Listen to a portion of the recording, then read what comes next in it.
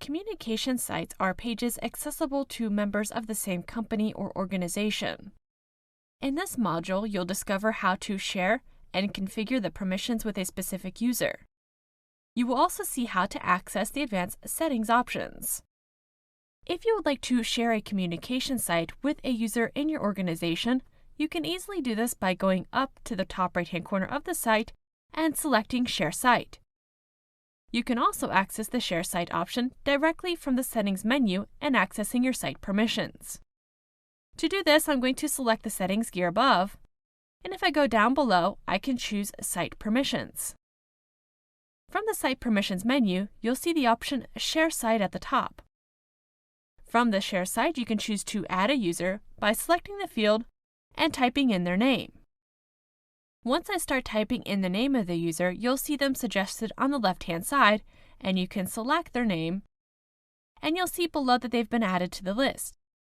You can also choose their permission directly from this menu by selecting the drop-down menu and giving full control, edit permissions, or even just read only.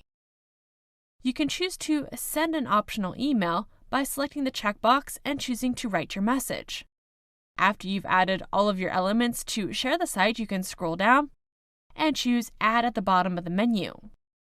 If you'd like to cancel saving with a particular user, you can always select the X on the right-hand side and choose to find and share the site with other users. I'm going to leave the Share Site options by selecting the X in the top right-hand corner. Now you can also modify the permissions with those who share the site.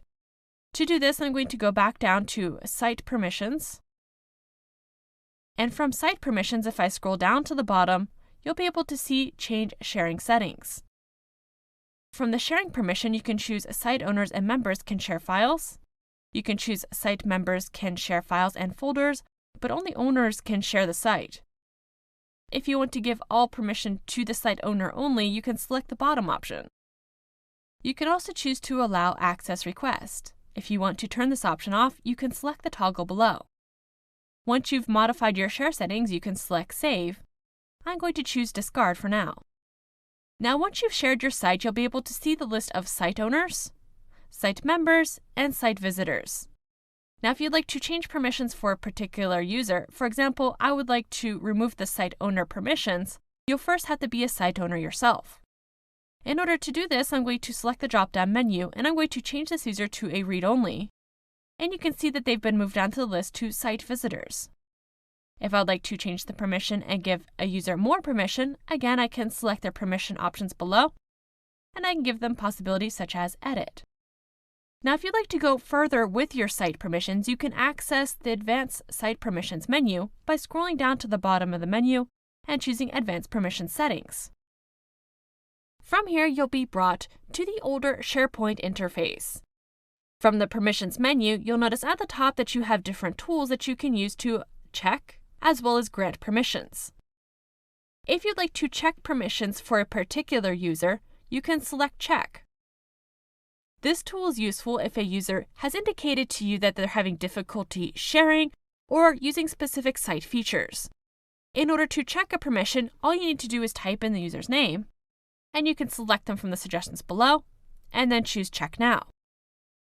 Below, I'll be able to see that user's specific permissions, and if I need to go about changing those permissions, I can go back to the Site Permissions menu and modify their permission to access, edit, or just read the site. Now, to close this menu, I'm going to choose Close on the right-hand side. You'll also see the opportunity to grant permissions as well as create groups from the Grant group. On the right-hand side, you'll be able to manage your permissions by selecting the tools found in the Manage group. For example, if you would like to modify the access request settings, you can select this option above.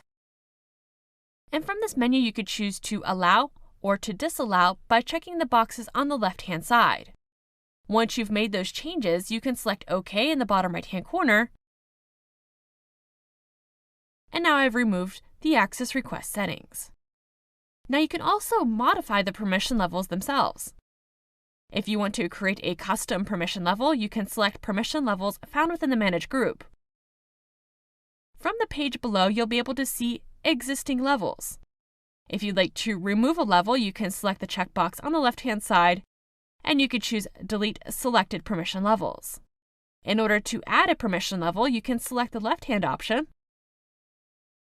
And from here, you can add your permission name, description, and you'll see below that you have an array of different permissions you can grant for that specific permission level. This will allow you to really customize how users interact with your site. For example, you can give permissions such as adding items, approving items, and if you scroll down even further, you'll see more site-specific permissions.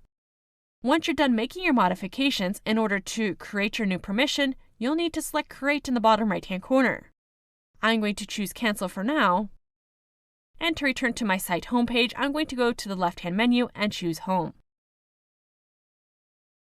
So now you've seen how to access the Share option, share permissions, and even modify the advanced permission settings within your SharePoint communication site.